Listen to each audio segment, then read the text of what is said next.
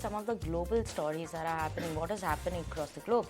And starting with our neighboring country, we have China. As youth unemployment in China rises to a record high, college graduates are faced with taking up low-paying jobs or settle for roles below their skill levels. Official data shows that urban employment in the 16 to 24 years of age hit a record of 20.4% in the month of April. This is about 4 times the broader unemployment rate, and amid millions graduating from colleges.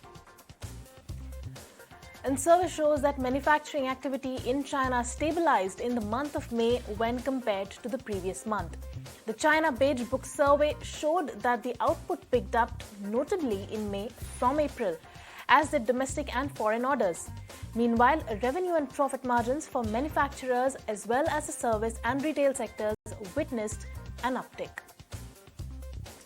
And on to some other important updates coming in. Brushing aside powerful opposition, Turkey's longest-serving leader, Recep Tayyip Erdogan, has resumed power after Sunday's vote.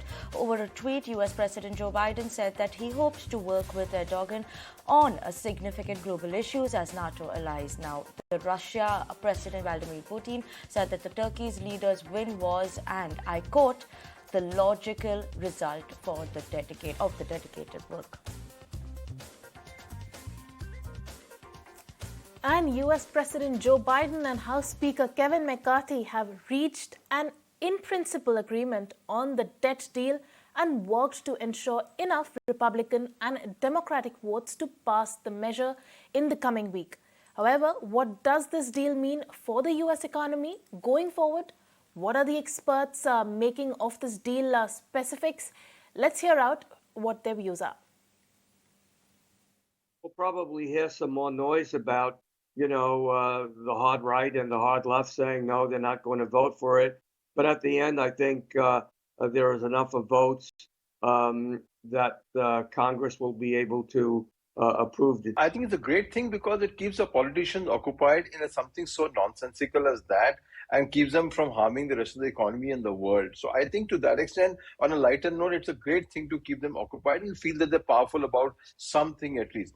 But having said that, I think the concept is good for the debt ceiling. It's been abused beyond words because there's nothing called ceiling anymore. The US has got into a 31 trillion debt at this point of time, and it adds up on a couple of trillion every year. So yes, theoretically, it's lost all its significance because the 31 trillion, what ceilings are you talking about at the end of the day? So practically speaking, it doesn't work. But I think as a political tool, it's got a great merit. Current latest GDP number, which is for the quarter one for US, is about 1.3% growth annualized over the previous year's quarter one. Out of that 1.3%, the contribution brought in by the government spending has been almost 0.48%. That's almost 40% of the overall GDP growth is due to the government spending money. So it was absolutely crucial for the US debt ceiling either to be raised, and now we know that it's not just been raised, it's been suspended for over 2 years.